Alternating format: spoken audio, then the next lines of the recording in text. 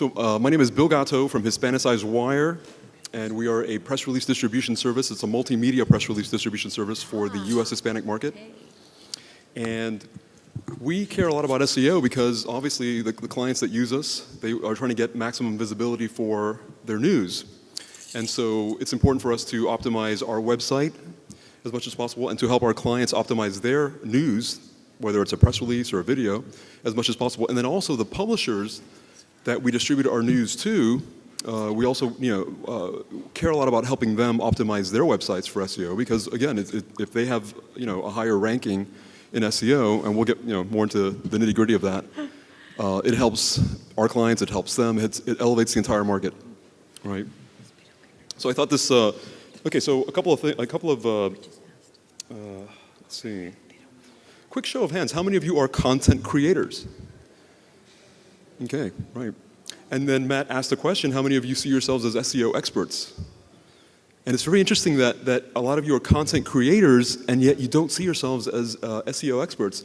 And I hope that by the end of the session today, you might come away with a sense that because you are content creators and content marketers, that you really are SEO experts, you just don't realize it. And hopefully by the end you will realize it more. So today I'm honored, I'm really honored to be moderating the session today with three bloggers and search engine masters.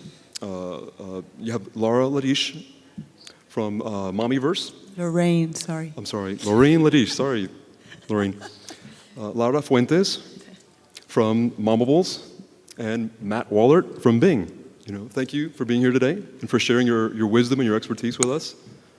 So I wanted to start off with just like 5 slides to give you a quick overview. Why SEO matters. A lot of Matt asked the question, how many of you have a good sense of what SEO is? A lot of you said not a whole lot. But why does it matter? Why do people get so excited about SEO? You see people get all addicted and obsessed with SEO, and optimizing the site. Why? Because if you look at the statistics, if you're not on the first page of a Google, of a search engine result, you're practically invisible. No one's clicking on your stuff. No one's seeing you. Your website is basically your blog, is basically invisible. 91% of search clicks come from page 1. Okay, so you might be on page 1, right? But is that enough to get the click, to get visibility? Back in 2005, Google did a study, an eye tracking and clicking study called Google's Golden Triangle.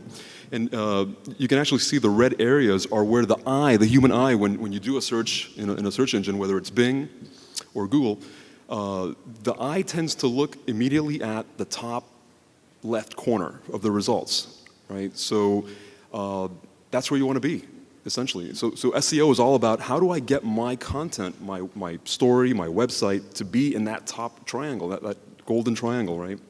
Let's take a slightly closer look at that. What the study showed was that 100%, if you're in the top 3 results for any kind of keyword that someone types in, you're getting the bulk of the clicks, almost 100% of the clicks. Right? If you're number 4, you drop down to 85%.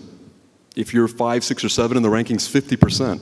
So the lower you are on that page, it goes down to 20%. If you're ranked number 10, you're not getting clicked on.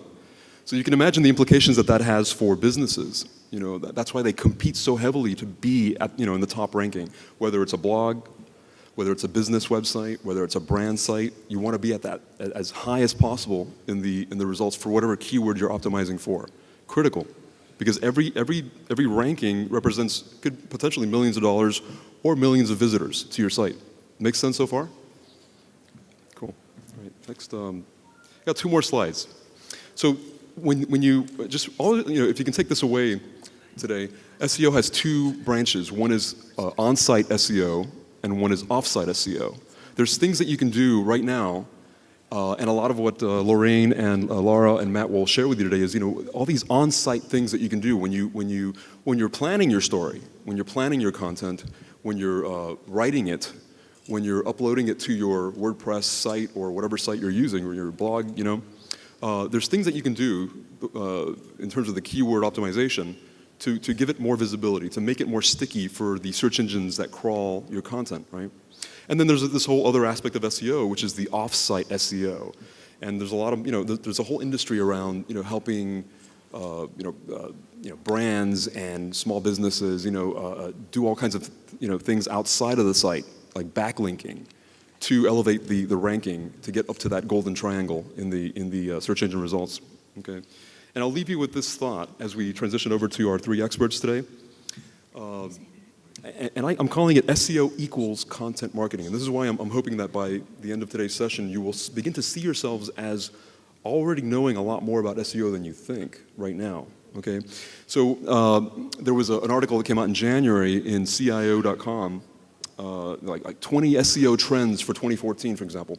And two of the SEO consultants that were interviewed for that article, one of them said, Christian Sculthorpe said, if you play by the rules, right, the search engine's rules, you can't have SEO without content marketing. It's like they're becoming synonymous. Great content and SEO, it's becoming one and the same thing, right? And then Adam Baker said, the next generation of SEO specialists will dominate rankings by consistently creating relevant, engaging, and detailed content. And it's interesting because the language of SEO experts, it's starting to sound a whole lot more like what we've been doing for years, as journalism majors, reporters, writers. Manny and I, the founder of Hispanicize, I met him in college back in 1988, boy, way back, and we were both in the same journalism program at Miami-Dade College.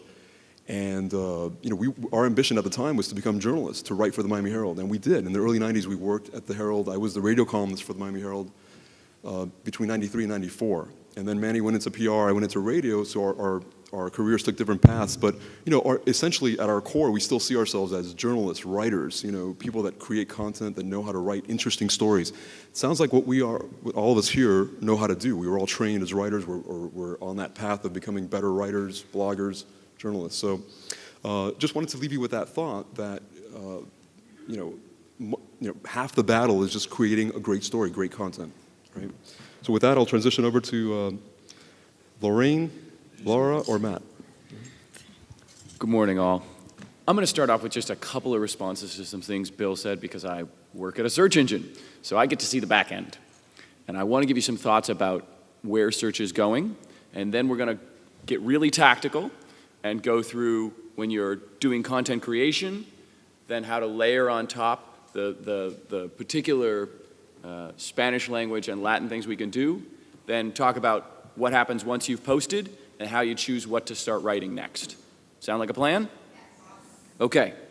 So a couple of things about search. I think Bill is very right in that being the right answer is going to become increasingly important. I know we've all been super busy here at Hispanicize, but Microsoft made a huge announcement yesterday. It was our developer conference, and we announced Cortana, right? It's our alternative to Siri and Google Now.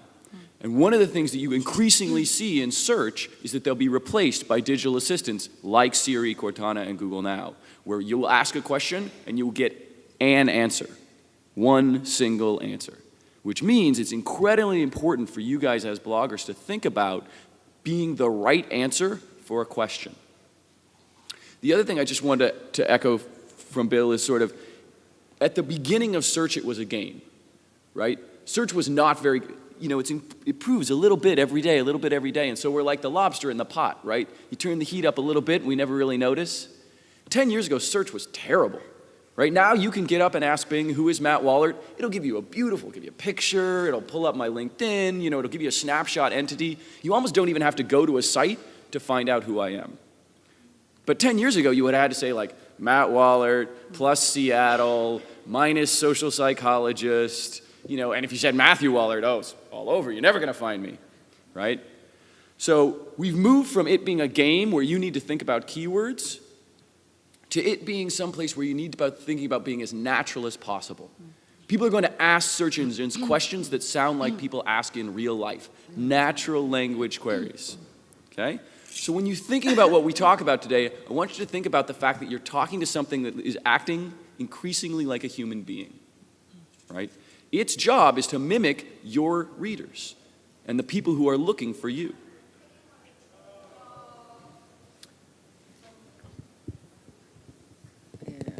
Just trying to show you a real example of exactly what Matt's talking about. So my name is Laura, and I actually find SEO really exciting. I'm very geeky like that because I work really hard to create content. So do you guys, okay? You put a lot of time into being an answer to somebody's problem, question, or making news exciting.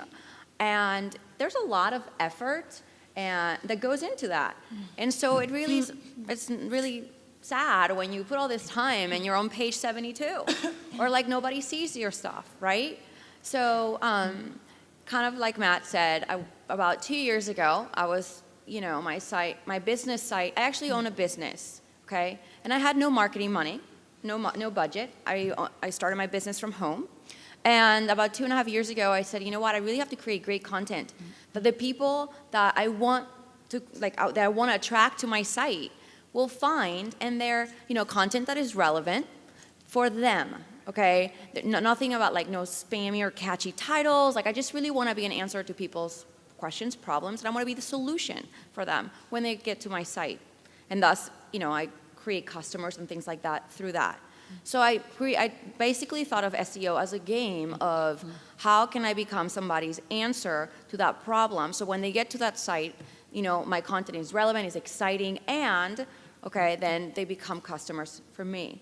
I also have a personal blog where there's no financial transactions or anything involved. So I kind of do the business side, and I have a personal blog as well. And so you have to really get to know your audience in order to attract them. Some of you have news or fashion things that you're well, I'm not really the answer to a question, but still is relevant to what they might want to read. So I want to show you if the, why isn't it the thingy working, do you know? I'm trying to open the browser. I'm trying to open the browser. While they're getting that set Daniel, up, can you help us out here? while they're getting that set up, feel free to tweet questions at us. We'll do our best to answer from the stage. I am trying to pay at least some attention. Lorraine, any thoughts as while they're getting set up? Do you all have our Twitter handles in case you would like to tweet questions to us, or do you want to give your Twitter handle? Sure, it's just my name. It's at Matt Wallert, MattWallaert. But I bet if you follow the SEO stream that I'm following here from this talk, you'll find my name fairly quickly. Mine is at Lorraine C. Ladish, which is LorraineCladish.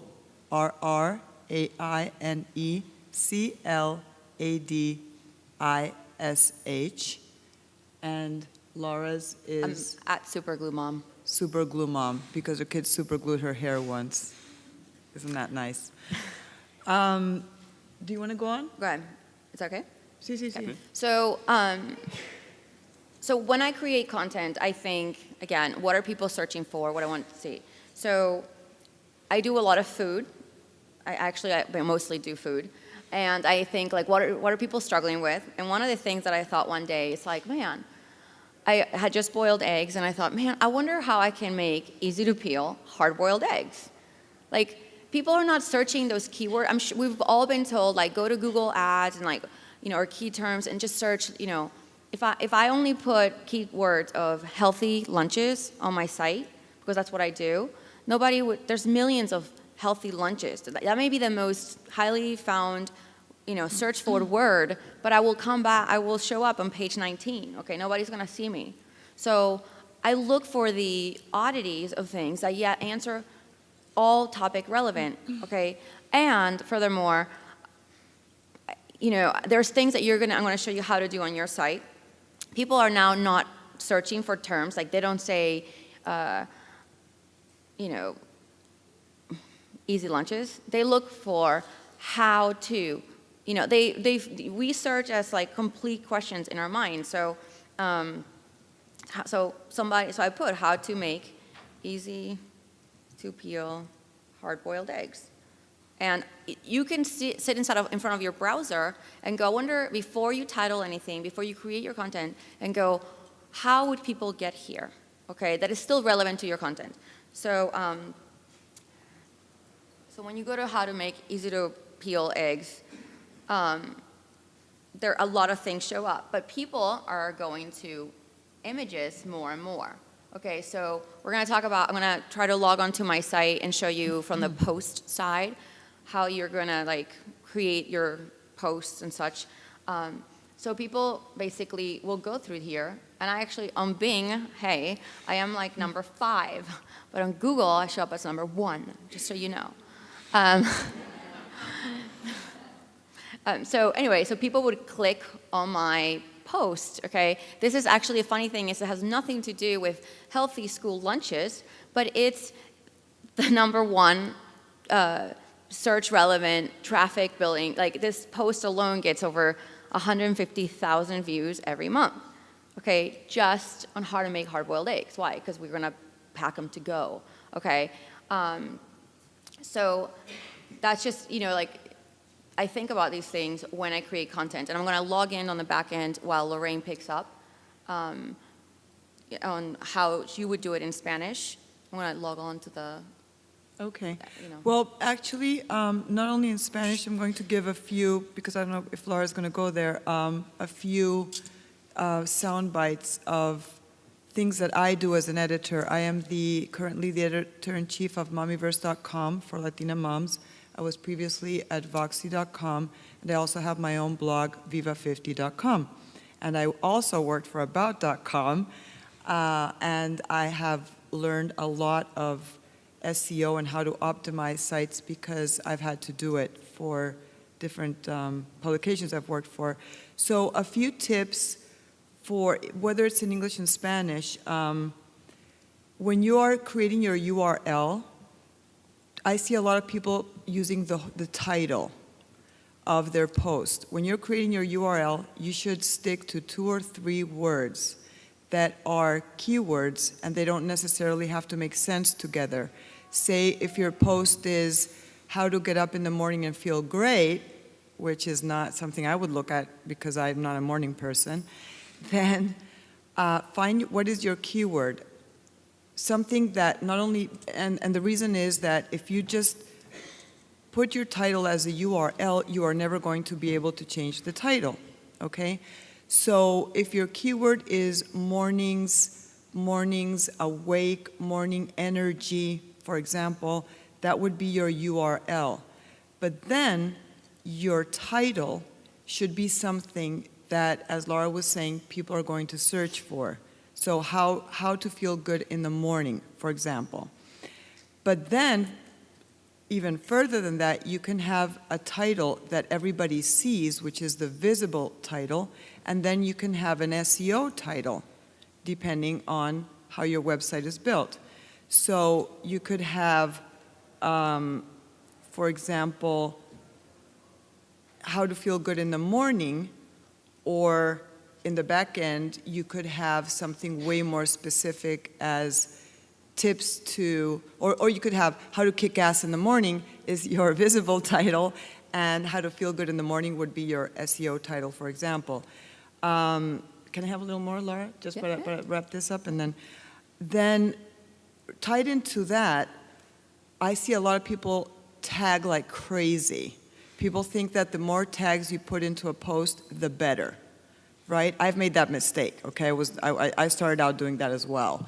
It was like if there was a post that had, I would even put the author's name in there. That's a big no-no. Tags are really, everything you do SEO related for your post needs to be tied in together so that Google, or I don't know if Bing does, I suppose so, knows what your post is really about.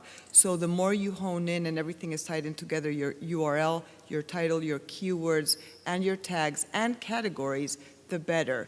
Don't create, let me actually go back. Create a few, if you're starting from scratch, or even if you have a bigger site, delete all your tags, which puts your site in a kind of a limbo, but then you need to retag it and create these tags that will open channels. So it's like a hashtag on Twitter. So the more specific your tags are, just tag each, let's go back to one feeling good in the morning. It could be that you have a whole section, or you're going to write more articles about getting up in the morning or whatever. So you could have a tag that is morning. This is a very silly example, but it could be morning empowerment. okay? But don't say morning empowerment, eggs, getting up, makeup, the name of the author, and all that. No. 2 to 3 tags, and every time you create a new tag, make sure you're going to use it again. So, yes. Well, when you're creating, there's always going to be a space depending on what platform you're using, but the metadata and the tags that you're using to tag the post are different depending on what you're using in the back end. But yes, so basically use just 2, maybe 3, and then the categories, I've seen people go category crazy as well. They say, okay, so if you have a site that says empowerment, inspiration, beauty, and they categorize it as the 3 of those. No, just choose 1, because then Google gets confused and doesn't know what the heck your article is about. So it's going to be way harder for it to make it rank. So the more specific you are, and the fewer tags and categories and everything that you have in your post, but the more specific they are, that is going to make your post Google friendly. Let me try and make that into a metaphor that might be easy. We as a search engine are looking for interesting people, right? We're looking for someone you might actually want to have a conversation with, right? So think of meta tagging like hashtags. Mm-hmm. There's a fantastic Jimmy Kimmel video in which people start using hashtags in real life in their speech, and they become incredibly annoying. Yeah. Jimmy Fallon, okay, it was not Jimmy. One of the Jimmys, some Jimmy, you and me. And so when you're meta tagging and you put 20 tags on there, imagine somebody walking up at a party and being like, I'm Matt Wallard, psychologist, Seattle, Bing, hashtag crazy. Yeah. Like, that's terrible, right? Like, the search engine's going, no one would ever want to talk to that person, right? But if you walk up and you say, I'm Matt Wallard, and I'm a social psychologist, the search engine's like, great, we know exactly what he does. Anytime anybody's looking for a social psychologist, that guy, he's super clear, he's easy to understand. He said 2 things, social psychologist, done, okay? So when you add a bunch of tags, we're just going to look at you and go, man, I don't want to talk to this person. Does that make sense? Does that help you understand a little bit? That's what search engines are kind of doing on the back end. I know it's all algorithms and math and computer science, but really all we're doing is looking and saying, who can be clear and direct about the topic that this person is looking for? Okay, so again, I do food, so it's a little bit in my mind, I think of it more concise ways of like kitchen. I even categorize mentally, what I do and how I'm going to organize it. So this is one of my drafts of a future post. And one of the things that I have installed in my WordPress site is called SEO by Yoast right here. It's a plugin, okay? So you have to go in your plugins. Does anybody not have SEO by Yoast? Okay. If you have it, fantastic. Like this is one of the single most important things that I did on both of my websites probably 2 years ago that changed search for me. Like if you go into your Google Analytics, I'm sure you guys look at it and you're, gosh, where is traffic coming from? Most bloggers, their top 3 referrers are social media channels, because most people that create content share it, and they hope people share it, and you tweet it and you ask your friends to tweet it, please retweet it, please share it on Facebook, So then your traffic is coming from mostly social shares, which is a great thing. But again, you're working really hard and you want people to find you, right? So when I installed this 2 years ago, I got really smart about my titles, my meta description, all of these things that it actually walks you through how to do this, okay? When I got really smart about this, currently my #1 referral for traffic is organic search. So people are searching for stuff and I show up. 40% of my traffic, okay? So that is how life-changing and how important before you hit, and it's not more important to publish more posts, it's more important to publish them correctly. So people actually find your stuff. So I know, for example, that in baking or making smoothies and whatever, a lot of stuff asks for dates, okay? Dates. They're very sweet, they're a healthy alternative to sugar, blah, blah, blah. But dates are also really expensive, okay? And a lot of people don't find them in their regular grocery, or they have pits and they don't know how to take out the pit and use it. And that is another great post that I'm going to make. how to remove a PIT from a date, because people search for that, okay? And then in that post, I will have a link to this, the date paste substitute, and I have a link to other recipes that have dates in them or not dates, okay? So I realized that I myself, okay, what's relevant to me and the people that come to my site is that they don't want dates. They want to use something else because they don't have it. So what will you substitute it for, right? So people go on the search engine and they'll go like what to substitute for dates, okay? And that's another post I did also, okay? So then all of these other things interlinked to more of my content, okay? Because when people get to your site, you also want them to visit other pages. So I use raisins. They're very similar in consistency to dates, and so it's a great substitute. People don't know that. So my current draft title is not what, I'm gonna walk you through how I do it, but my focus keyword would be date paste substitute. And immediately it's gonna pull up all the other things that that is relevant for that particular post. So I might do substituting date paste for sugar in baking, or date paste substitute sugar, because often people don't want sugar, so they'll include like a whole long list of things. But so as long as I have my focus keywords, these focus keywords is what we were used to be told to go into Google Ads and see what people are searching for, like the most relevant words. Okay, now this plugin does it for you. Okay, unless you want to go and still search it elsewhere. So what I would do is my SEO title, I'm going to change it to raisin paste, the new date paste substitute for sugar. Okay?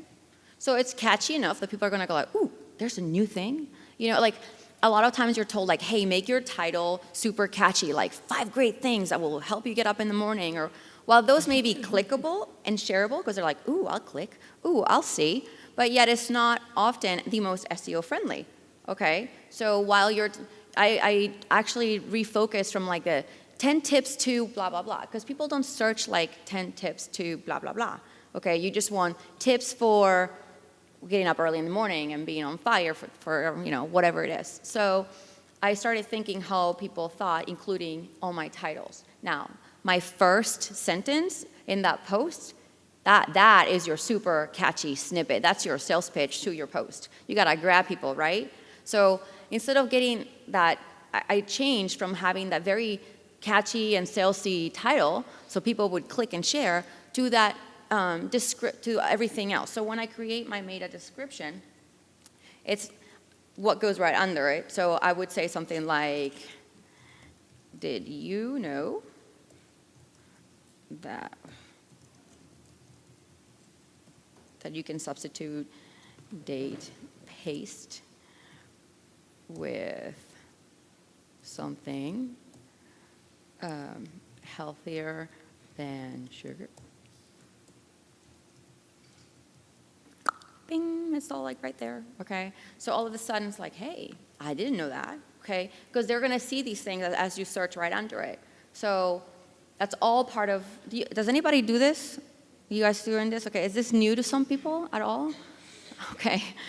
I just wanted to make sure I'm not like wasting your time by walking. Is this helpful that I walk in through how, okay. Okay. The more feedback you give us, the better we can serve you guys. Yeah. I have the WordPress SEO by Yoast, and I'll check before on my setting in my install plugins just to make sure. I installed this like so long ago, so I will make sure I check for you. Okay? Yeah. Yes, I just wanted to ask you something. I have a translation agency and I have also worked for SEO. Oh. And I noticed that we're working right now mainly in English. But Spanish has a ratio of 1.3 words per word. And so my question is, what is the so-called density of keywords that you're supposed to have? I believe there's no limit, but there is. And that's a question, really. I have no idea. There's a limit to how many characters will show up, okay, for sure. And this is where getting really good at your craft over time. Thinking of things like this didn't happen overnight. Like, you have to get really good at putting everything shorter and more precise. Okay, at first I wanted to tell them everything. Okay, like, there's a new date pace. Like, I could really, like, we are so, as human beings, we're so, like, it's almost our nature to explain things, especially in Spanish. Oh my gosh. Correct. Okay, like Yeah, in yes. Spain, yeah, okay. And I believe that's the challenge. I'm reading these, and in English, it makes sense. Date, pay, substitute sugar. If you say this in Spanish, it's a robot that is asking the question. No, it could be like un sustituto para el azúcar and blah, blah, blah. But that's already more. You see? It's more characters, but it's not more words. So, like, I just wouldn't go on as further. Like, again, it's all about practicing. It takes practice to condense the words. Even in English, our words tend to be shorter than Spanish.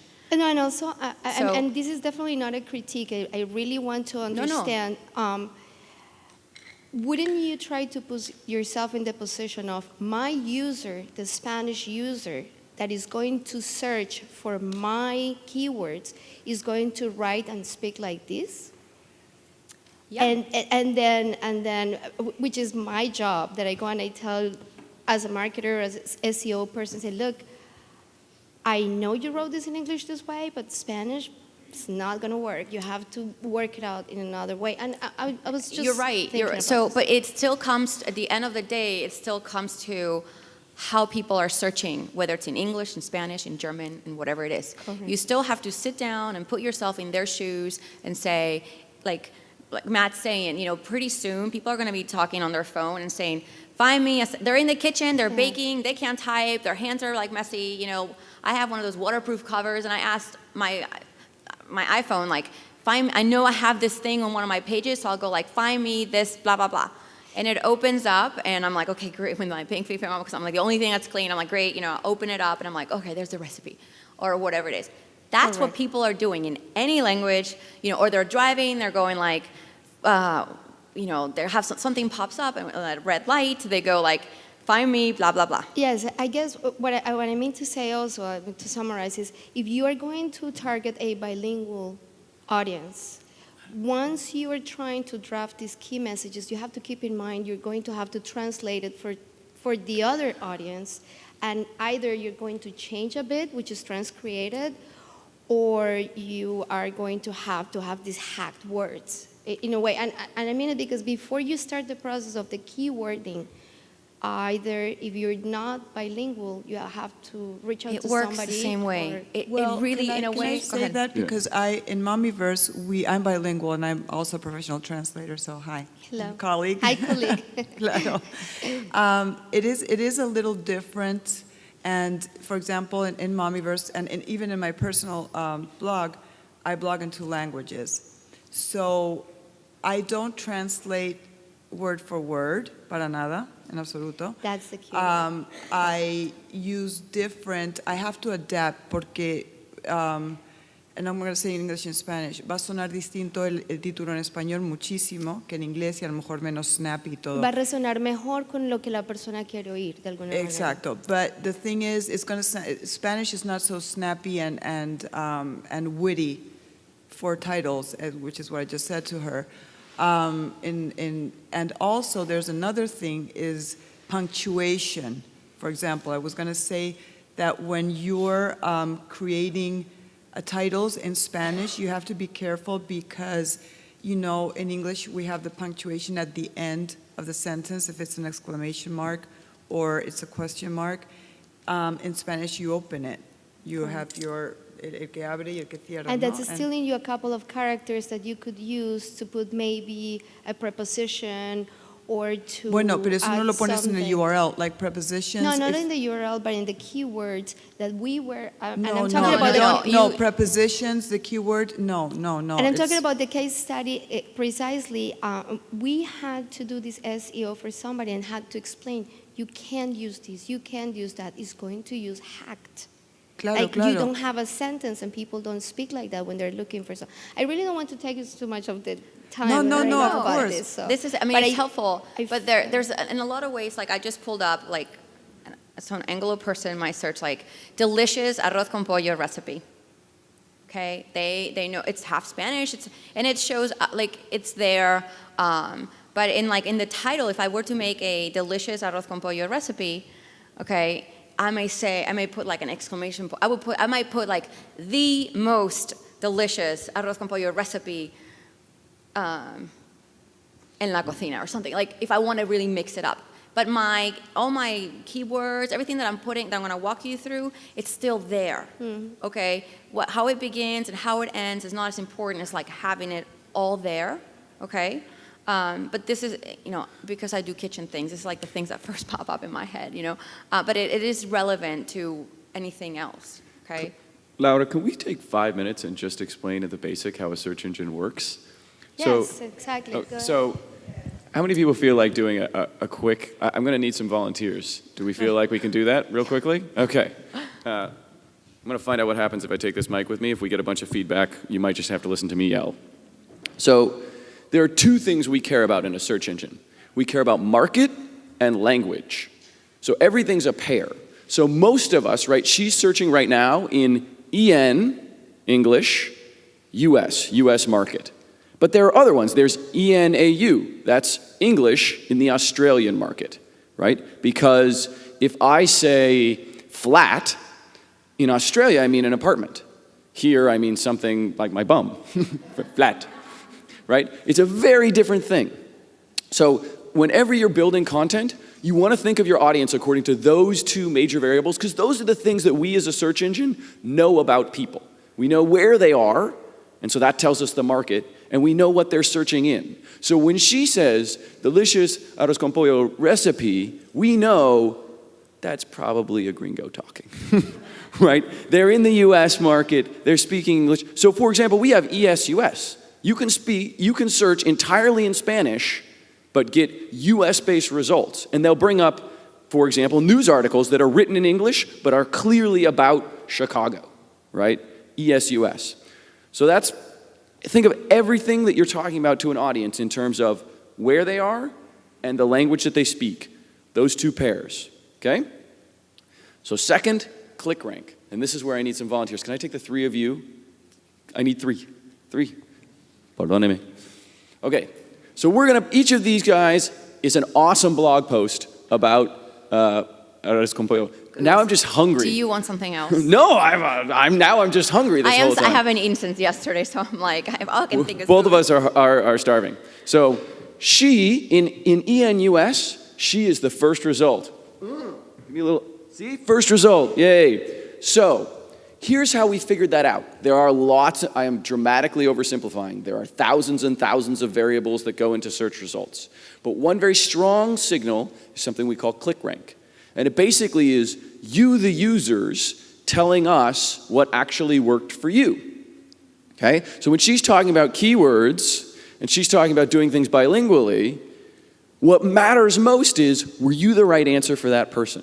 So this is how they exist today, right, in ENUS. Sorry, you're in the third place, right? And as Bill said, right, tons and tons of traffic, slightly less traffic, not so much traffic, okay? Now, a new user comes, okay, and he searches for arroz con pollo recipe, okay? And he goes to her site, and then he hits the back button, okay? So he comes back to the search results, and then he goes to her site, and he comes back to the search results. And then he goes to her site, and we don't see him again. What does that tell us? That tells us that this answer is probably a little better than we thought it was. So now, when she comes and searches for arroz con pollo, oh, no, you're still probably in first, because you're a huge site with lots of traffic and things, but oh, you got bumped down to 3, and you're coming up to 2. This is how search works. This is click rank. So now, that click rank is being segregated by market and language, okay? So, the Spanish-speaking population in Argentina and the Spanish-speaking population in Mexico are affecting each other because they speak the same language, right? They have one overlapping variable. But they're not affecting each other as much as the people who speak Spanish in Mexico are affecting other people who are in Spanish in Mexico. So if I have one shared thing with you, language, your click rank affects me some.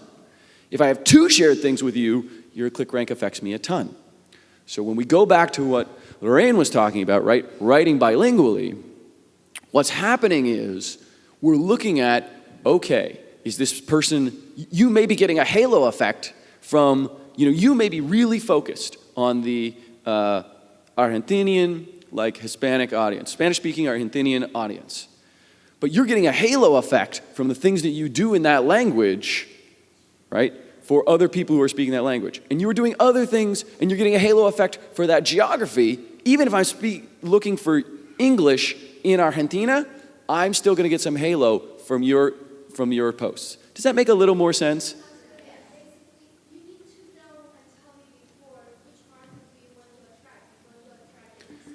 And I am going to help you when we get to Bing Web Master Tools. You can tell us that explicitly. You can say, I am speaking to Argentinians, right? And you can help us do that. So we'll go back over the tools. Can we give these guys a round of applause? Thank you so much. Does that make it a little clearer? Totally. Thank you. So when she's putting in, so if you look at what she's doing, right, she's telling us something very, very specific. Laura? I am. So, and you know what? We all want to be found everywhere in the world. In a way, it's better for other ranking factors, which I'm going to show you, that you actually kind of really tell your, through like Bing Webmaster Tools and such, where you want to be found. Okay, because it's great to be like huge in search, but I know that I want to be found, in the U.S. mostly, and other English-speaking countries, But I have also not only how they think and how they ask, but I also have where they are in mind. Okay, so it's relevant. So even in fashion, I mean, what's trending in the U.S. is trending differently in Europe and in South America. I mean, everything's a little more specific. So can I say one thing on top of that, and I swear I will shut up. This came up on Twitter. Somebody asked this sort of question, like, okay, I kind of know who I'm talking to, but I really want to talk to other audiences too. It depends a little bit on size, right? So you are a person speaking in a very crowded room, and so the more that if I am small and I have a little tiny voice, I have to be very close together to the person I want to talk to, right? I have to know, it's a bilingual person in the U.S., right? As you grow, then you can start to think about other audiences, because the louder your voice is, the more traffic you have, the more you can start to broaden out. So the question was about, hey, I have a blog in Miami, and the first question I said is, are you talking to people visiting Miami, or are you talking to Miami natives? She said, well, I kind of want to do both. I said, if your voice is small, start small, right? Know exactly who you're talking to, right? And so for a site like Laura's, which gets tons of traffic, she can start to very broadly answer the questions of moms in general, Spanish speakers in general. Does that make sense? So small when you're small. When you have a loud voice, you can say whatever you want. Right. So so back to that post analysis, how you would kind of form your post so it's searchable. So this is done at the bottom, once you install it, it's at the bottom of your post. So when I go back to the top, I'm like, what? I think about these things, I'm like, I kind of like this SEO title that I put there. It's kind of catchy. Hey, it is the new substitute, right? So I'm going to go, instead of having this raise and paste, date paste substitute, it's like pretty blah, okay? So then I'm like, I kind of like that. Hey, it's exciting. When they get to now I have made it like exciting when you get there. Like, wow, I just gave you an answer to what you're searching for. And then it also has all of those keywords that I put in at the bottom, okay? Furthermore, of course, the permalink right here, it's super important, okay? But I kind of, in this permalink right here, I wouldn't put any exclamation points, I wouldn't put the word new. There's a lot of things that are just not relevant for the link. So I'm gonna go, you know what? And I do this. I go, let me look at the bottom again. Let me see, okay, my keywords was date, paste, substitute for sugar. Maybe they're I'm like, maybe they're trying to think of raisins as well. So then I'm like, this permanent right here, I'm gonna go raisin paste. Raisin paste is the date substitute. And then maybe they want to replace sugar, or do I put it in there? Do I not? Sure, because I put it in my keywords. So now it's capturing, it's a substitute for sugar. It's a substitute for dates. And and now I'm using raisins. So I'm kind of trying to capture all the ways they would maybe search for it. So I'm going to save my draft. So as you save it and upload it, my little check thing, my SEO check is yellow. And I'm like, I am a green light person, okay? So I'm like, I kind of got to go back down. And I do this. I do spend probably 5 minutes or so. I'm like, all right, something's going wrong here, okay? I got to fix, I really wanted to have all of those things incorporated. So I will go back and re-edit my focus keywords. It's not, okay, this is how important SEO is. You just, why not take 10 minutes to really play around with your words, how people will find it? Okay, it's worth it. Don't just let your permanent link be whatever your title was. Sit down and play around with the little Yoast plugin, because it's just the easiest way for me that I found to create, SEO relevant terms and my permalinks, all of that. So I will sit here, I won't do it today, but at home, I would sit there for about 10 minutes and play around to what people are searching for, how they would ask, and how it's going to look up when it shows, that little snippet preview. I will sit there and go, I don't like it, I want to tweak that, it's not catchy enough. So because I just spent probably a good maybe 6 hours or more creating this post. Between my photography, cooking, recipe testing, so there's a lot that goes into a single recipe. Or you guys, there's a lot that goes into any single, even if you don't do recipes, a single word post. You spend time. So it is worth 10 minutes of your time to sit here and play around, okay, until you get it. You don't have to always get a green light. Okay, I just want to let you know, you don't always have to get a green light, but it tells you when it matches up. So I'm going to show you. Laura, can I say something about Spanish? That's not. No. In relation to what she said about the green light, in Spanish, just keep in mind that Yoast is really a checklist. So if you're using a word like niño, los niños leen in your title, and in the URL, there is no ñ. So it will come up as an N, ninos, right? So if your keyword is niños, and Yoast is not going to recognize the ñ or the lack of ñ in the URL, and it's going to tell you that your SEO is off, but it really is not. Okay? So it also happens in English with apostrophes. Right. And with different, so just so you know that it's not all about getting the green light. Right. It's about you knowing those things, like the accent. For example, you might have, and I'm just saying things off the top of my head that are really not good examples, but ¿qué pasó? If that were a good title and it were a URL and all that, ¿qué pasó? Is going to have all kinds of punctuation and tildes, the accent in Spanish, in the que, y, in the o. So, but it's not going to be there in the URL. So even though that is happening and you get a yellow light, do know that once you get the gist of it, it doesn't matter whether the light is yellow based on the punctuation in Spanish. Excellent. And this is, this, as I'm walking through this, I really don't mind, because this is really relevant to you guys, okay? So we're going to do this a lot. I hope it doesn't, the buzzing doesn't bug you. I'm just curious, and is your standard to get all the green lights? Usually, I'm a little OCD, so I really want that green light.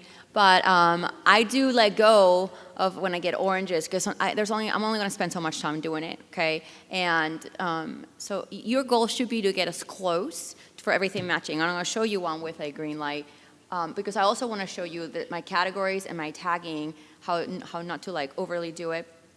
Okay, so I saved that. And am I published? So you see like that SEO, I have green lights, just so you know. See, Yay. look, there's a yellow. Okay, so it's okay. Okay, so not to get it perfectly. Yeah.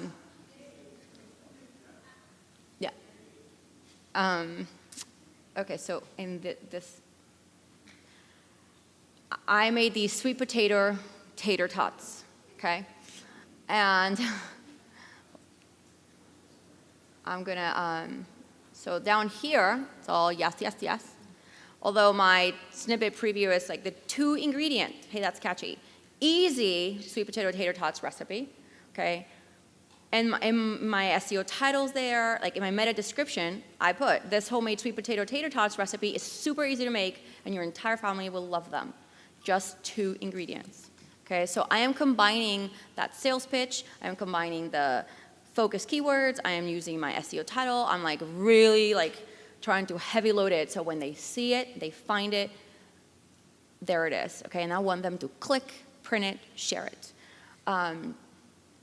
Is that helpful to you guys to kind of, and then another thing that, so my categories, these are for I have a recipe indexing on my site. So because of my recipe indexing within my post, I do categorize it because it applies to other things. But on my tags, like Lorraine was saying, I only put fun kids food, side dishes, and sweet potato, okay? Because when they're in my site,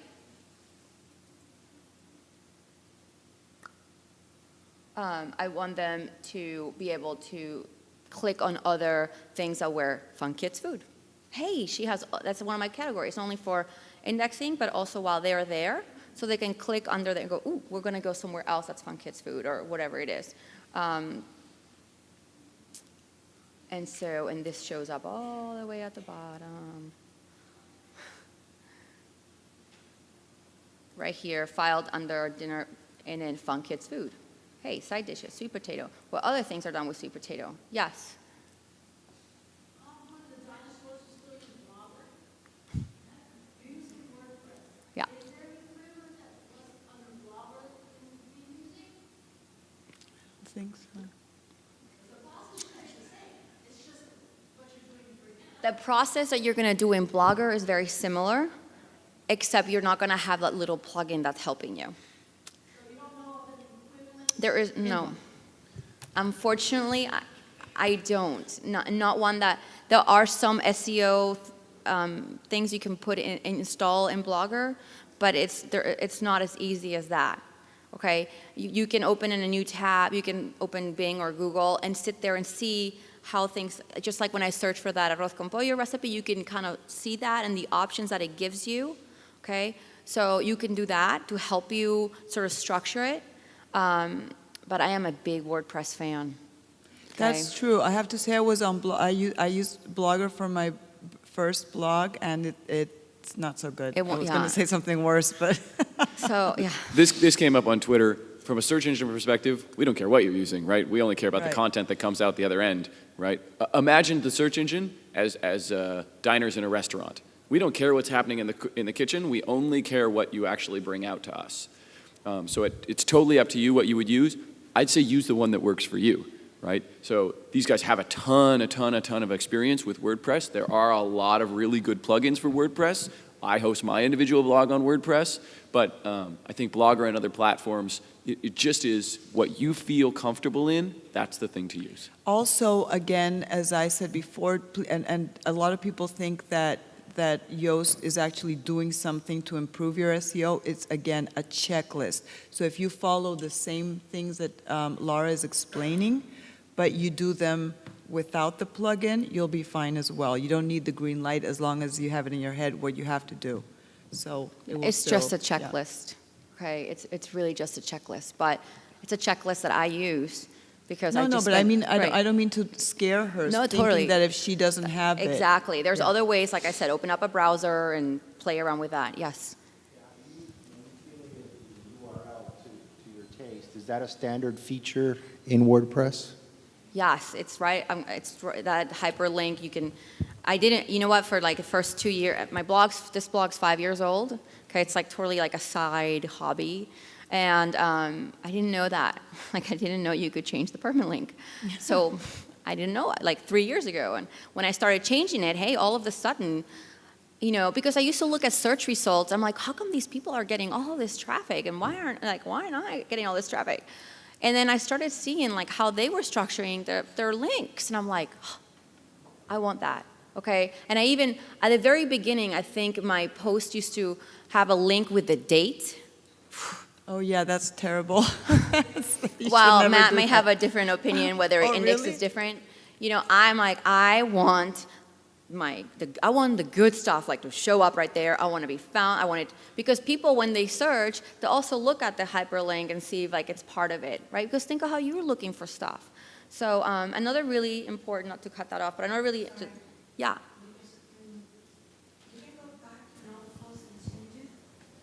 You cannot, once it's published, I do not recommend changing it unless you know how to route your old link, okay? Because think of it as people have already linked to you and they already, so if you can do a redirect, but it's kind of a pain. So just take a deep breath and say, from this day forward, I am gonna kick some butt on SEO, okay? Just sometimes you have to take a deep breath. Now, the one thing you can do if you know you have a great post that's really popular but has like, because it's socially popular, and I'm gonna get into that too, but it's just not like very SEO friendly, but it's a lot of traffic because it's really, you know what? You're like, it's time for an update. Like some of my old recipes have horrible photos, like 4 years ago. Before I really got great to do great camera shots and then took a photography course, I'm like, man, that's just not edible. So I will recreate it and post it new and say, and I'll go back, a new thing with all these optimized things. I won't go back and I even sometimes go to the old post and change my top and say, hey, I've remade these. Look how good they look. Come see them here. Because I'll put like, you can totally change the content of an old post by updating what's in the post. You just can't change all of the other like part of the algorithm. So I'll just put the brand new picture on the top and say, hey, these look delicious, come and then click here. Okay, so I have done that to route them elsewhere, within my blog. So think of it, again, go back to like the human metaphor, right? So imagine you're a politician, right? And you're known for something that you said, right? But now you're talking about something different. Hey, I'm known for my energy policy, but these days I'm really concentrated on education. You can parlay that, right? So you have an old post, hey, everybody really knows my name. I'm very famous for the stuff that I did on energy policy, but today what I want to talk about is education, right? So you can update old posts, and you can call press conferences. So we'll review it later, but you can tell the search engine, hey, something's changed, I need you to re-index this page. But remember, it's a little like trying to change your statement after the fact, right? People know what you said originally, so you want to be real confident. Before you do a post, you want to be confident that this is the thing that I want to stand by, this is the thing I feel good about, because if you're a small site, it's going to be hard to order us to, hey, you have to, recrawl my site right now and update everything. Right. Yeah. Let me ask you a question. When you got more savvy with SEO, did you then go back to posts that you had done, say, 2 years ago?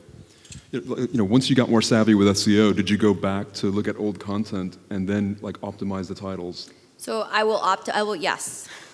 I will, but I will only do that if it's actually a really popular post. So I'll go into my analytics and say, what's my top 25? Okay, so if you want to go back and optimize your stuff, go optimize the reason people are on your site. Go start with your top 10, and then go back in your top 25.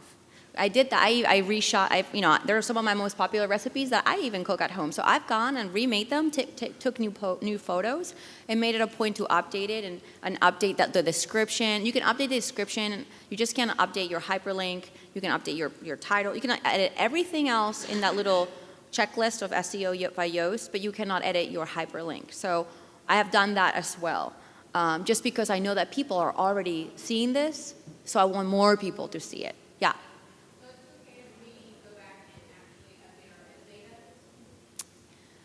Your meta description, yes. You can edit your description, you just can't edit that permanent hyperlink, okay? Say yourselves, cannot edit permanent hard link. Your post will be lost, okay? And again, you could tell us, hey, Bing, you need to recrawl this. I've updated stuff. The louder your voice, the more likely we are to do that, the more likely we are to take it seriously. Okay, yes. Okay, so I know you said not to update it, but what if you have like a redirect plugin? If you have a redirect plugin, then yes. So it's okay? Does that give it like a ding? Yes, On but Bing we're or Google? talking like, let's just, from today forward, you are gonna do great on SEO, okay? It's a lot, it's less overwhelming if you just take a deep breath and say, from now on, I'm gonna do this, okay? Let me just quickly, because I want Matt to tell you about everything else. How many of you put images on your thing? Okay, how many of you take those, they're not stock photo images, how many of you take them with your camera? Okay. This image, my sweet potato tater tots, was image 001957. So I rename my images. You have got to rename your images before you bring them up. Because remember earlier, when I was searching for the hard-boiled eggs, the reason the search engine knows that hard-boiled eggs is part of that image is not because it has like, optic recognition or anything. It's because those images are named hard-boiled eggs or sweet potato tater tots, okay? So when your image is uploaded, I specifically took this out last night because when I put this in here, okay, you're like, how come there's no title in the image? Because when you you have to be careful and know that when you put it up, even though you did this whole thing, when you put your photo into WordPress, it doesn't save it, so you have to go back and actually put it. So I would put sweet potato tater tots. And then my alternative text, the alternative text is what people are going to see in that pin, because we also want people to pin our stuff, okay? Give me one sec. So that's really important, okay? So I put like I put a sales pitch right there too, okay? Because sales pitches work because people are searching not only on Google or Bing, but they're also searching nowadays in things like Pinterest visually, especially for people that you guys have visual sites. So that alternative text is really important. It's really like super important. So that's like the point I wanted to cover about your images. Rename your images. Yes. I have a question. Blogs like, I don't know if you know the Matt Walsh. I follow him, and he has like 1 million views per post. I don't know, that is a little crazy. And he's all about content because he doesn't use an image, he doesn't use anything. And I noticed that I look specifically for him. I don't know if I don't do a search. I just went to his page once and engaged with the content.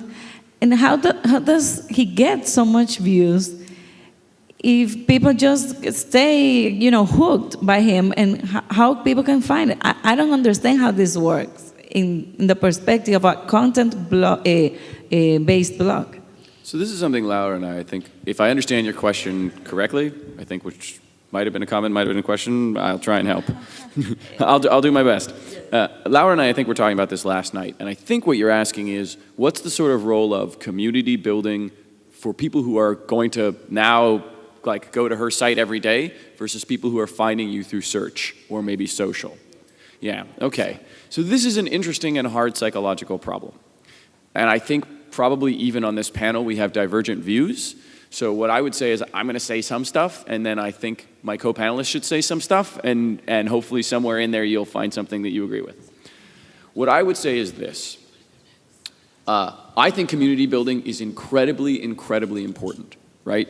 Having a voice, and again, I go back to these human examples. If you're a politician, you have to have content, right? You have to be saying something important, and you have to be articulate, right? You have to say it in a way that people can hear, and then they will listen to you.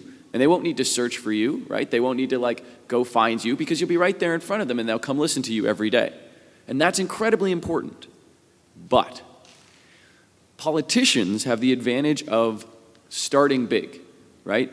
They have already been elected to office. They already have a platform. They're cheating a little bit, right? We don't start that way. We start with itty bitty tiny little voices, right? So I think when you've built your brand, and you can walk around Hispanicized and everybody wants to get a selfie with you. Great, right? Great.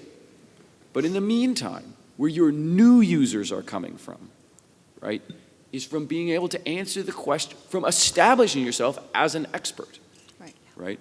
Establishing yourself as someone who can answer their question. Because at some point, someone had to find him. Even if they've come back into your community, people have to find your community in the first place. And there's two ways to do that. One is social, which is obviously incredibly important, right? Social is incredibly important.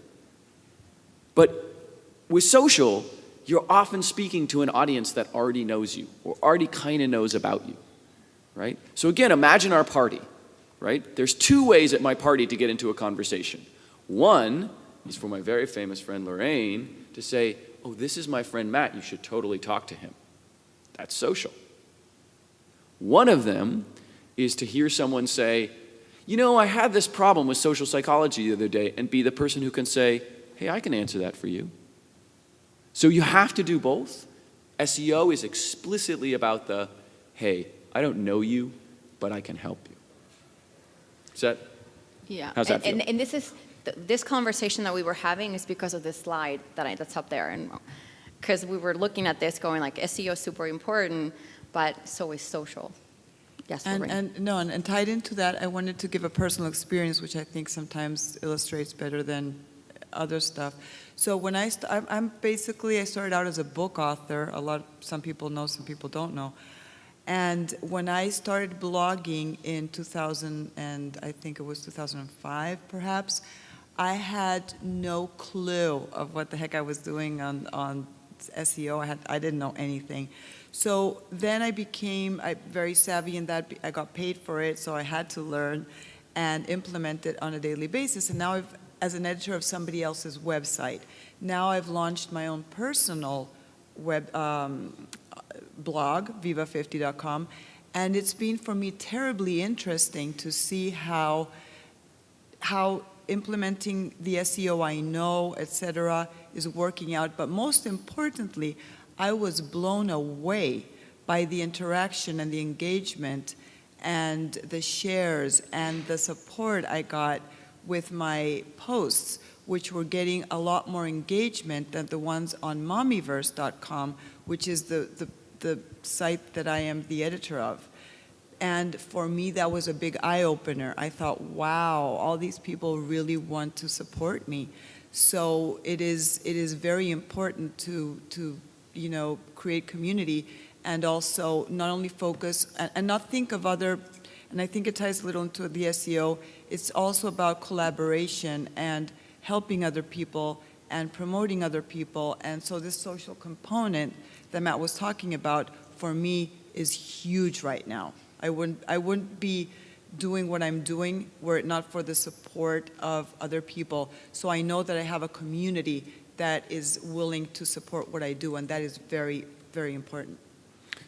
Let me just say a word or two also about the fact that, so search engines integrate social, right? In some ways, ClickRank was a very social thing. We're integrating human factors. But we've tried to stay very search engine agnostic so far. This is one place in which the search engines are sharply divided, okay, on how they deal with social.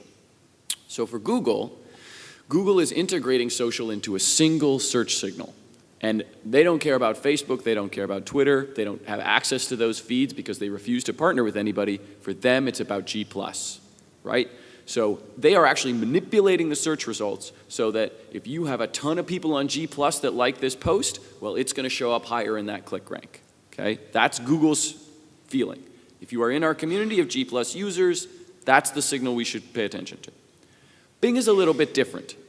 So Bing, we have our algorithmic search results right here on the left, right? And those are sort of untainted by the idea of a signal from a social media site, because we don't own one and we have no desire to, right? You're not going to see, like, Microsoft is not going to create the next Facebook, right? We're not in that business. We're software people. So rather than a G+, what we have is a social sidebar, right? So you're getting, when your users come to Bing, they're getting algorithmic results. Are you the best, most informative answer, regardless of your social affiliations? And then on the right side, if they're logged into Facebook, it will say, hey, you know this person and they have something to say about it, right? So if we go back to our party, they have two options. On the left side, they have the expert, and on the right side, they have the person that they know that's in their social network. On Google, those two are conflated. Being somebody that you know implies expertise in some way. So we have very different strategies there. But hopefully that's not too confusing. It's unclear which of those is, if we're going to come back together, if we're going to continue to go in different directions. It means that both are important, but they're important in different ways. And it definitely means that G+, if you're using Google, G+ is incredibly important because what they're saying is just being famous implies that you're an expert. At Bing, I think we think that being an expert implies that you're an expert, and being famous implies that you can be found on this right social part. And you know, when we're looking at this slide and yesterday, this is how Google, basically how it prioritizes your search. So while I just explained earlier the whole SEO by like your little checklist that you should be doing, that's important. But it's like Matt said, it's sort of like in a party. Google is always in a party, and they're like, are you in the Google Plus party or not? Are you here? Are you present? Are you popular? And who is related to you? It's sort of like by 6 degrees of separation, okay? So when if I search delicious arroz con pollo recipe, my search results are going to be on Google are going to be completely different than this lady in the back who I have no idea who she is, and she lives somewhere completely different. There's a lot of different factors. We're not even connected by 6 people in the world unless we're circled in Google+. We're circled in Google+. Now our search result, Google's like, hey, they've been at a party together. They know the same people. So now they have similar interests, they have similar content. We're kind of going to grab the things that it thinks it's important that we should know because we once went to that party. Kind of thing, something like kind of like that, okay? And it worked. I know because I'll ask my assistant in New York, I'll say, hey, can you search what shows up for you? And she'll say like, oh, you're like number 5. And somebody will say like, you're on page 3. For that. So the results are not the same for everyone. So you just kind of got to do your best. But so Google Plus interactions, I finally got myself on Google Plus this year, and it's made a huge difference in indexing, in sharing, in becoming an expert on certain things. Food Network found me on Google Plus. Like they were looking for this, and that, and like every time, and then she said, we went to the hashtag, we went this and that, and then we wanted experts on that. And then they Googled, and then they wanted another expert for that, and I kept coming up. She went on Pinterest because my images have all those names in them, and she just kept on clicking, and every time they were looking for very specific type of recipes, and I was showing up, so then they called me. Same thing with my books, my cookbooks. The publisher did the same thing. They were looking for an expert in such and such and such, not just a popularity contest. You know, there's people that have a lot more Facebook likes than me, but when they were searching for all of these things, I'm considered an expert in kids' food, fun food, blah, blah, blah. So, you know, I'm kind of ranked higher in a way. On Google Plus, which is like Facebook likes, yeah. right? It's that same sort of, it's a social signal. Totally. So this has a very basic question about what is expertise. Is expertise being famous or knowing what you're talking about? And sometimes those overlap, and sometimes they don't. So it also depends on what you're talking about, right? If you're talking about being a Latino mother, a Latina mother, that wouldn't make any sense, Latino mother, a Latina mother, then guess what? You're probably about as expert as they come, right? You are all experts in that topic. If you are talking, however, about astrophysics, probably what matters is not whether you are famous, but whether you actually know what you're talking about.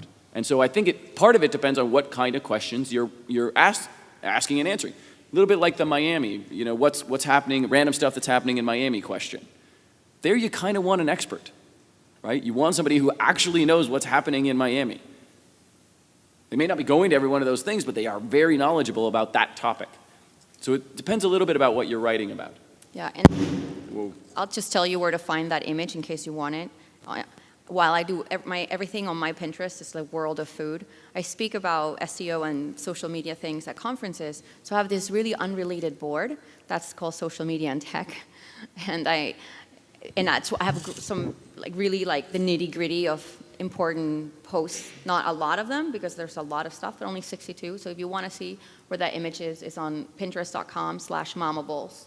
And scroll towards the bottom, okay, forget the food, and then just go to that one social media board, and that's where you can get that image and other Google relevant things. And so let's take this question while we sort of transfer over to once you've posted, what needs to happen. So I see you have a question there and a question there. So go ahead, and then right here. Okay, mine's really, really quick. It's about saving the images because my blog is all image-based, and I can't believe I wasn't saving things correctly, so I'm kind of upset. But somebody told me a few days ago, the way you saved an image, you didn't use the hyphens. But somebody told me that you should use hyphens so that when people are searching, so let's say you said sugar, date, raisin, date, substitute, whatever, you didn't use hyphens. Should you be using hyphens when you're saving the images, or does it not really matter? The image title. So I use Photoshop, and so it does it for me. And I've never actually looked into that, but Yes, I actually do use hyphens, and also there are three layers in tagging or editing photos in that sense. Is they always need to have a title. The keyword should match the keyword of your post, and the alt text and the description should always be filled out as well. The alt text, as Laura and I were talking the other day, should also be possibly, if you need to, pinnable in the sense that if somebody pins that photo, the text that you put as your title is the alt text, is going to show up as the description of that photo, as the title on Pinterest, for example. Sort of like your sales pitch. As your sales pitch, yes. Like you were saying the other day, sandalias, las mejores sandalias, the cutest sandals, right? If it's a picture of sandals and your post is about sandals, that's what you should do. But then the description, which many people leave out, needs to be what somebody who's blind, they need to know what that picture actually is like. So you have your title for the photo. It should have the keyword, same keyword as your main keyword for the post, because they're going to complement each other.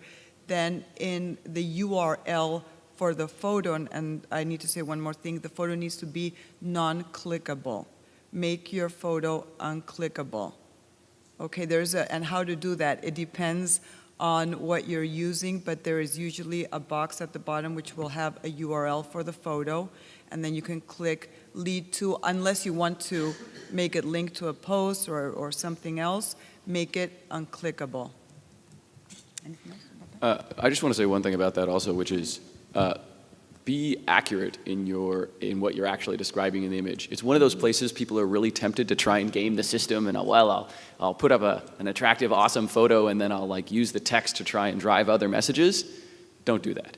We actually have very sophisticated photo algorithms. Let's go back to the arroz con pollo, right? We know if it is really a picture of arroz con pollo, it should have a lot of yellow in it, right? Because the rice is yellow. And we are actually looking, we have algorithms that are looking at the images. We know, okay, arroz con pollo should be yellow.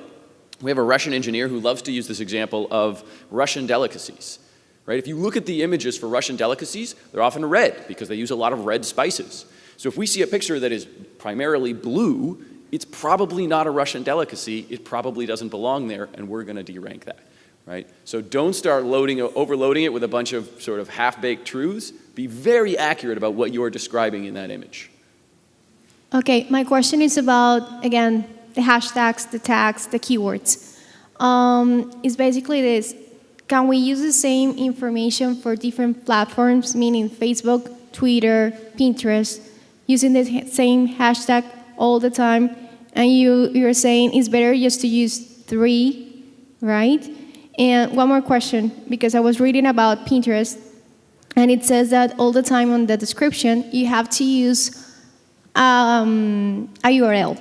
That is good to have 2 things. Like the picture, you take it, it takes you, the user, to the post that you're getting, because if not, it's gonna be like just a picture. It's not gonna take you to any other place. But on the description side, they said that it's also important to include the URL because it's gonna help with search engine. Is that correct? Well, when Because it looks very crowded. I did it because I read it and I thought it was useful, the information. But for me as a user, when I'm doing it, it looks crazy because it's the description, the tags, the URL. I don't do that. I don't put the URL in there. I want that. I really think that if your image is good and you have a fantastic, that's why I am more worried about the sales pitch for people to actually go to my site than seeing my site name there, because the image in Pinterest already clicks to my site. Got So it. I think it's irrelevant. From the point of sight of the user, I'm putting crowded. myself as an example that I shouldn't because I'm on the other side. But sometimes you have to make things dummy-proof, right? You have to make an effort to think like the other people don't think like you. So you have to put everything like molidito y a la boca, like this, right? Yeah. So that's why I want to try to make it simple, easy, but also useful for the search changing. So I just want to make sure I'm doing everything right. I don't know that it makes a difference. And personally, I think it looks crowded, okay? So, and it's irrelevant. I've never done that. It's irrelevant. So create a better sales pitch. What I would say is this. SEO and UEO, like user optimization, are becoming increasingly the same thing, right? If we do our jobs correctly as search engines, we emulate your users, right? We're like a super user in that we have access to everything and we're a perfect brain, but we increasingly we try and act as human as possible. So I would always, always, always worry first about what is this going to look like to a real person. Then, and only then, would I start trying to say, okay, are there specific other things that I need to do? So I wouldn't worry about including your URL in there. So we went on super long in this first part because we answered a bunch of interesting questions. So I'm going to try and take this second part and squish it down very short, okay?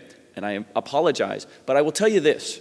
Bing Webmaster Tools is run by an awesome Canadian guy named Dwayne, and he has, the help section is extensive, very clearly written, and really easy for people to understand. So if you don't hear something today, just go and look at the help section. It's actually really, really good. So we talked a little bit about sort of post-creation, okay?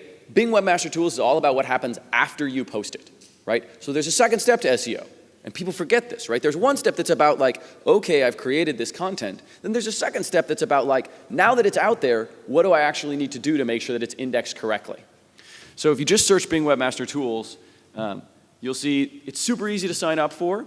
All you're going to do is drop something in the header tag. We're not going to go through it for time reasons. But one thing I wanted to highlight is right now, because Dwayne is awesome, if you sign up for Bing Webmaster Tools, they give you a $50 credit to start trying to run paid ads. So you can actually experiment a little bit with, well, what would it cost to drive paid traffic to my site through Bing and Yahoo? Okay, so Bing and Yahoo, by the way, there is no Yahoo. Yahoo has no search engine. It's powered by Bing. There are only two search engines of note in the world. There's Google, which you get to by going to google.com, and there is Bing, which is bing.com. We power Facebook, Siri, all the search, Yahoo, that's all Bing. Okay, so there are only two search engines you really have to worry about how you rank in. That will cover all of the other ones. So we are going to use as an example my incredibly pathetic traffic. So I am a terrible blogger. I'm not a blogger. I'm a scientist. People poke me to blog often, and I am really bad at it, and maybe do it once a month if you're really super lucky. So there'll be very little traffic in here, but it lets us actually experiment with real content. So I'm going to click over here, and we can actually see what the dashboard would look like for a site. So there's me and my 12 clicks, right? One of which we know is Laura. There are so few that she last night was like, oh, that was me. And I can tell you how we know.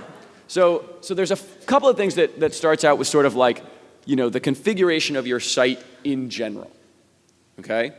So this is really about kind of one-time stuff that you don't have to do very often.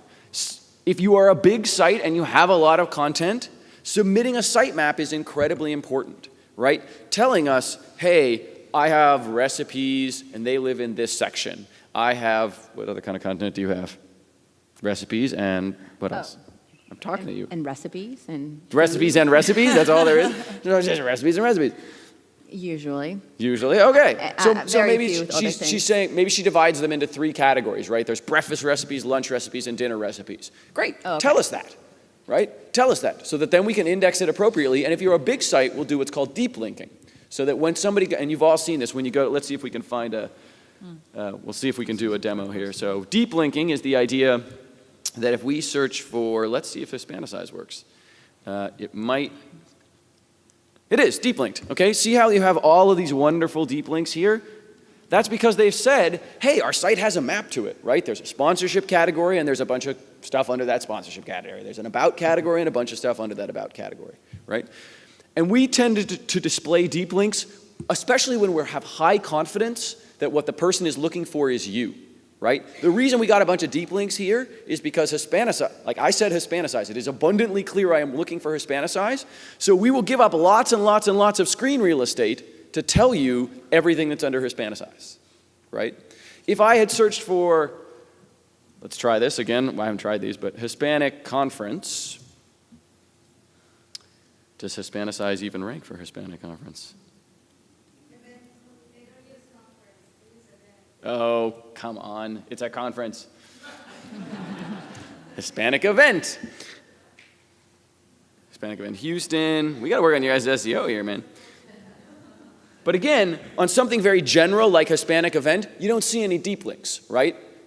Even the most popular result up there doesn't get deep links because we're not really sure what you're looking for. We know you're looking for something in the giant realm that is Hispanic events. So the more focused your users are on trying to find you, the more often we're going to show that deep link site map. So site mapping, very important. It's a one-time thing you need to do. Submitting URLs, right? We've tried to make it very explicit. You can only do this 50 times a month, right? But you can say to us, hey, I just posted something new. It is very important that you go index it. You can come in here and say, give us the URL, hit submit, we will go crawl it. The reason you have a limit is because I don't want you in here like creating 1,000 different spammy SEO pages and being like, and why don't you index this, and this, and this, right? Again, think of it like being at a party. You have a limited number of times I'm going to listen to what you have to say. Use them wisely. If you sit there and you're like, this, but that, but this, nope, I am getting a drink. Bye. So, you can also tell us if there are things that you specifically don't want us to index, right? This is pretty unusual in this community because we are obviously looking for more traffic, but sometimes, for example, we blog about our children, and we want to make sure, hey, when you search for my kid, it doesn't show up. My users, my community can go read it, but I don't really want it to show up. So again, you can add a parameter like kid, and then we'll ignore that. Crawl control, one of my favorites. You could, if you post at the same time every day, or you get a lot of traffic at the same time every day, you can actually tell us, hey, I am always going to post at 6 o'clock. So I want you to crawl me a ton at 6 o'clock.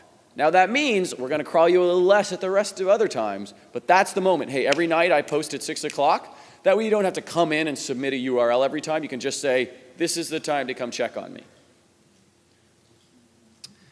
We talked about deep link a little bit. We talked about blocked URLs. Leave out many of these. Geo-targeting. Okay, remember I talked about language and market? You can tell me explicitly, this is where I am talking about. This is the country or region that I am talking about, right? And it's not about as much as to. I am talking to people in Argentina. Now remember, it's not Argentinians, and it's not people speaking Spanish. It's people searching from Argentina, right? Could be vacationers in Argentina. You can do this on a couple of levels.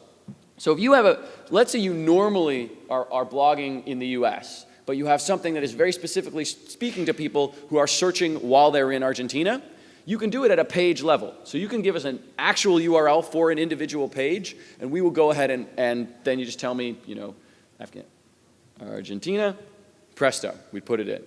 You can also do that if you're doing this a lot, right? If you're fully bilingual, for example, or fully bicultural, and you're communicating with 2 different countries, you can say, hey, here's a directory right? Or a subdomain. So you could have a subdomain that you're like argentina.mattwaller.com. When I'm speaking to Argentinians, it's going to be at argentina.mattwaller.com. You can tell us that as a subdomain or as a directory, mattwaller.com, whack Argentina. So this is really incredibly important for all of you that are doing multicultural or multilingual searching.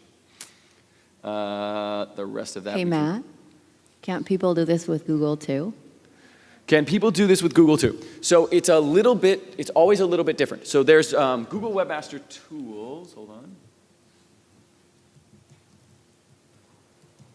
We are all going to sign up for Bing because it is a lot easier. He was doing this run through yesterday with me, and I have to tell you that it is a lot more specific, a lot easier. I kind of feel like I have to learn engineering to navigate through my Google Webmaster Tools. So there is Google Webmaster Tools. I don't have an account set up, so I can't log you in and have you check it out. What I will say is Google Webmaster Tools is a lot more about reporting to you what's happening. So it's very similar. It's meant to work with Google Analytics.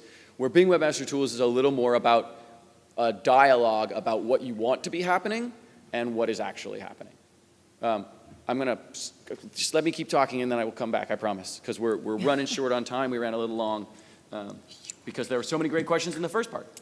So 2 important sections. I'm going to do diagnostics and tools really quickly, and then we'll end with reports and data.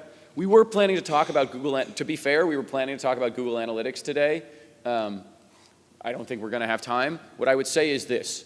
The difference between Webmaster Tools, Bing, and Google Webmaster Tools is about, okay, I posted some content, how should you index my web page? Analytics is about, hey, look, now that they're at my site, what are they doing? Did they read this post and then go read these other posts? Incredibly important information, not what Webmaster Tools is, right? That is yet a third category that's about, okay, now that you brought them back, what are you actually going to do with them? So, diagnostics and tools. There's a whole keyword research thing that Laura was sort of talking about, right? Tell me, the organic traffic of different kinds of query volumes, right? So we could look at social psychologist. Again, you have your controls, country and language, right? So you can tell me, I want in Uganda, in the United States, specifically in English. And again, see, there's lots of different kinds of English. So that's what I want to know. In the last 30 days, and I misspelled psychologist because I'm an idiot. The web is a little slow, sorry guys. This particular feature also takes a little while because you're actually going and hitting our database. So again, it'll suggest keywords that people are actually using. It says, hey, nobody actually searched for that because other people can spell. But it'll suggest keywords that are associated with those sorts of things. And of course, now I've frozen the machine. Give me 1 second.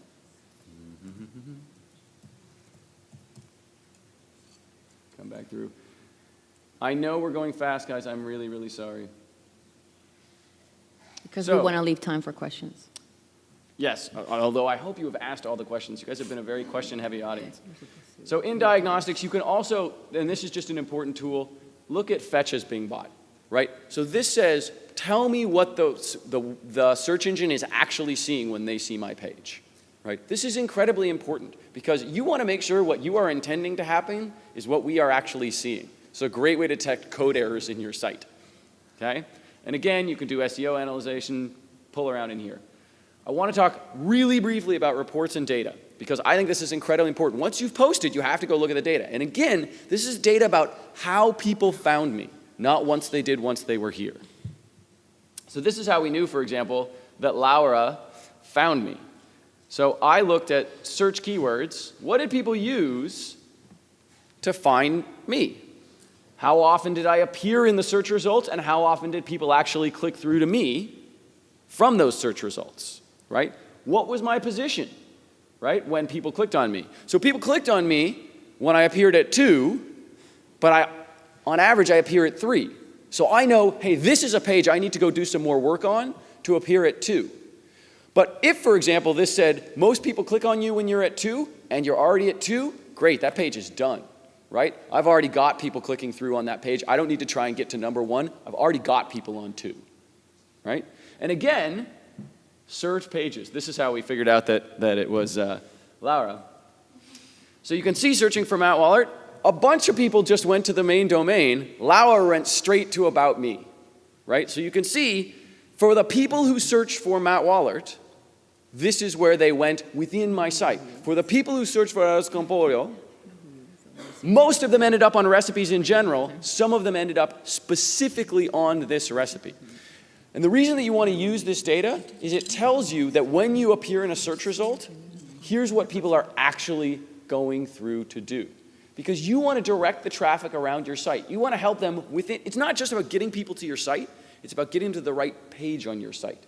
Because then, that's when you go into Google Analytics and you say, hey, you know what? When they arrive at the right recipe and they feel like they can trust me, they go through the rest of my site. Always make them land on the right page. I'm going to stop right there so that we can save the last 10 minutes for questions. There's a ton of stuff in here. Just go explore and read the help pages. It's not that hard. You can also ask me questions. Bye. Okay, how am I? Go ahead.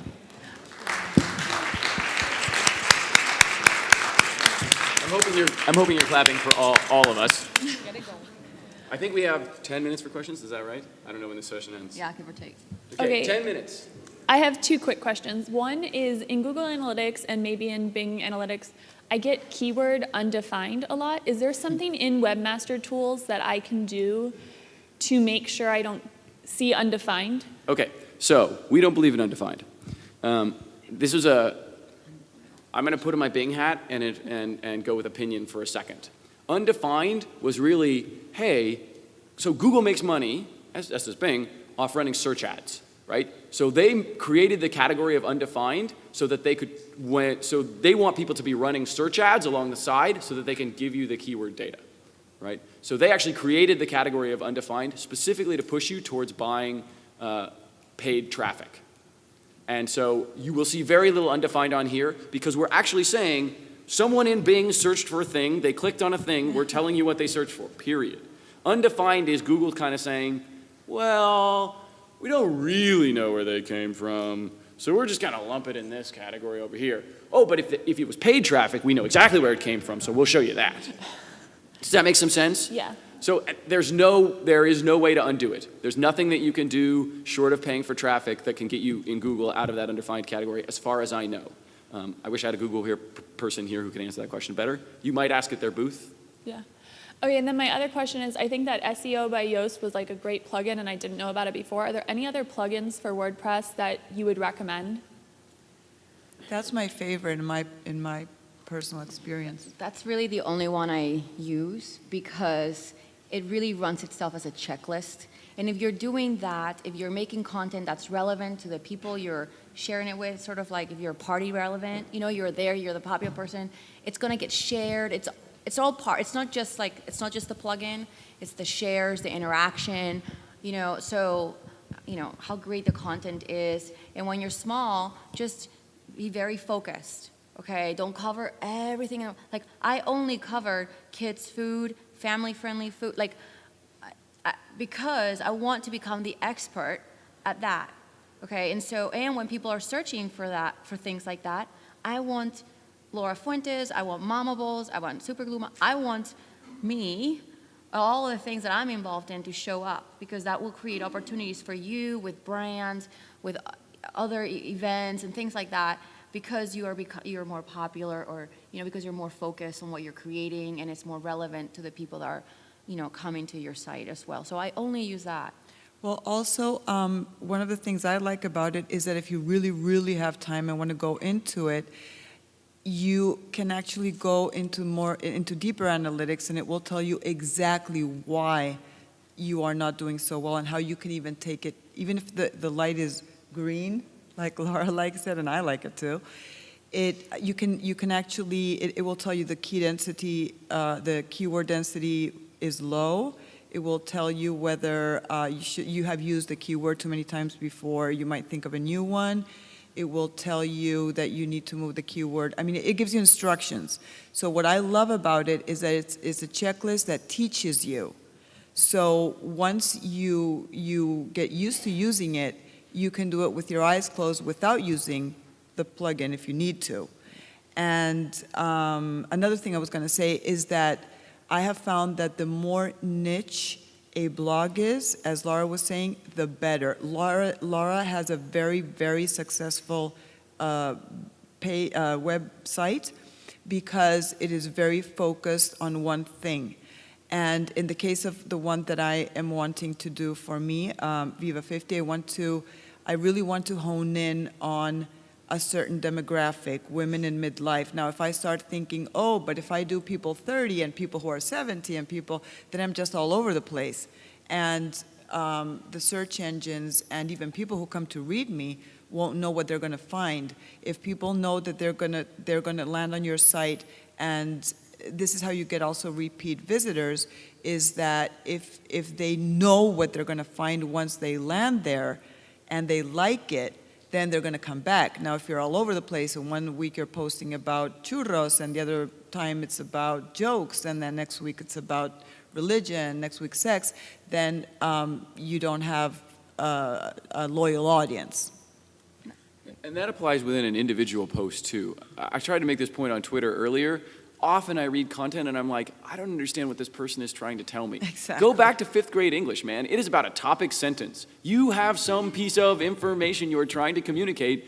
Stick to that piece of information and get rid of all the rest. Imagine trying to have a conversation with someone where you're like, how do I boil an egg? And they're like, you know, asparagus and candy and it's sunny outside. You're like, what the hell, right? Be focused on your site, on your post, like clear, distinct, direct. And as an editor, I have to say that language and the correct use of language and being professional about how you write and actually hiring an editor, even if you don't pay them very much or find somebody for you, you really need to come across as professional. One of the biggest problems that bloggers have, I think, is, well, first of all, journalists and writers are kind of upset at bloggers because they don't take, a lot of them, not all of them, of course, but don't take the time to make sure that not only the SEO is good, etc., but that once you get there, the post is actually in proper English or Spanish, the punctuation is good, it makes sense, so you need to learn how to write. That is of utmost importance, aside from all the SEO. As a writer, I highly recommend that you take writing courses, that you have an editor, and that you invest, because that is your brand. You're showing, it's like if you handed somebody your business card and it had spelling mistakes, do you think they're going to call you? I don't think so. And you know, one of the things I thought about, like maybe some of you run journalistic websites or they're like all-encompassing kind of websites, you know, that can't be very niche focused. You create loyal readers because they like the way your contributors write, you have a good team, the way it's written, is it relevant, can they connect? So you don't always have to be the expert at like 3 things or whatever, like me, you know, like on your sites I have, you know, a section for parenting or a section for news and everything else. People are going to connect because they like how, this is where the site design is also important, but how your website's displayed, can they access the information quickly, is it updated, you know, so all of those things have a huge, you know, play on why people keep coming back and people are sharing. Is it easy to share in your site? I can't stand it when the sharing buttons are all the way at the bottom because you know what? Only 5% of the people get all the way at the bottom. Okay? So if you have them down there, you gotta move them up, okay, all the way to the top. Because they're gonna look at the first 2 pictures and go, wow, these are great. I'm gonna go pin it for later. Wow, let me go share it. Okay, so I actually place them on the top and the bottom because if you got all the way down to the bottom of the recipe, I want you to go, wow, my friend would really like this. Click share. Okay, so be part of it, really, you know, everything else, if you have a website with multi-topics, is how easy it is to be there. And I guess I should have mentioned this earlier about when I was talking about market and language. That's where we are today. Certainly it is entirely possible that we will include a 3rd category later that is about more things or more categories that are about things that we know about you. Right? Right now, it's too computationally intensive to really have a search that's just specific totally for you. But certainly that kind of thing is coming as computational power expands. So if you look at something like Bing for Schools, right?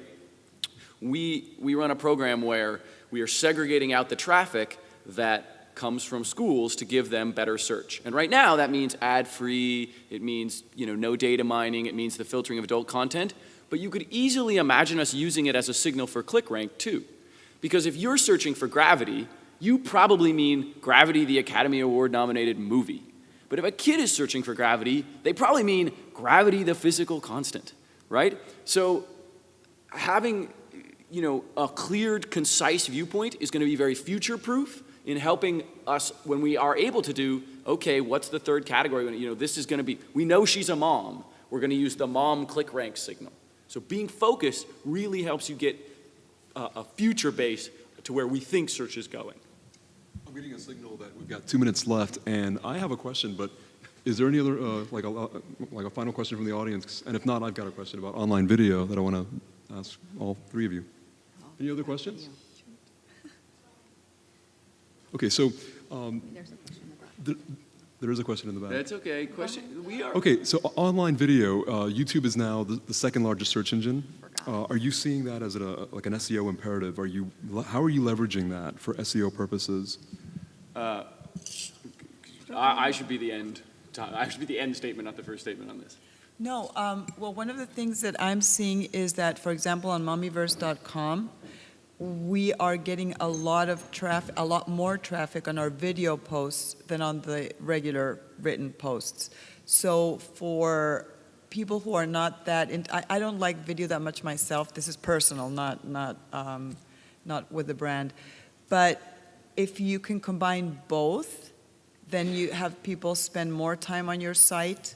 And of course, you also have to optimize the videos. Even if you're bringing them in from YouTube and creating a post with a YouTube video, you need to SEO it and create the post just as you would any other. There's no difference. And when you upload the video on YouTube, you don't just like upload it. Like I don't like to upload it and make it live from my phone. I like to go in, log in, and there's no green light, but I like to sit there and create like an optimized title, the description with my first thing has to be the link to a post if it's to my website. Like I do all of those things on video as well. I treat video like it's a post, okay, and you should too.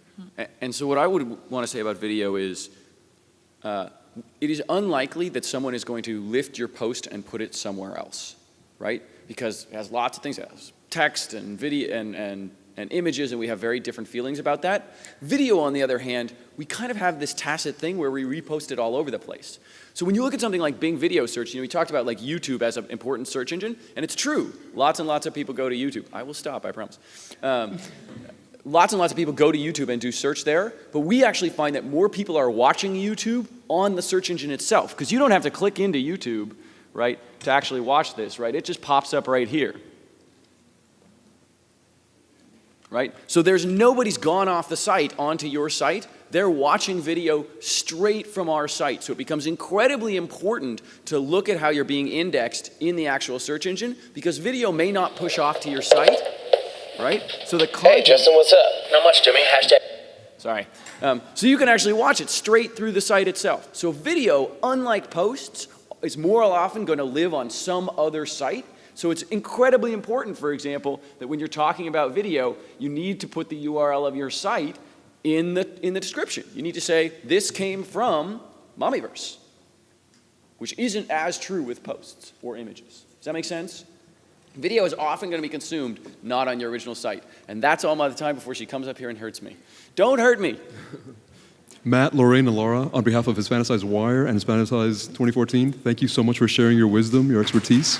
You're awesome. One last thing, if you want to, I think my co-panelists will agree, and main presenters actually, them too, who are great. If you tweet us questions, at least I think we will do the best we can to answer them after the panel, so.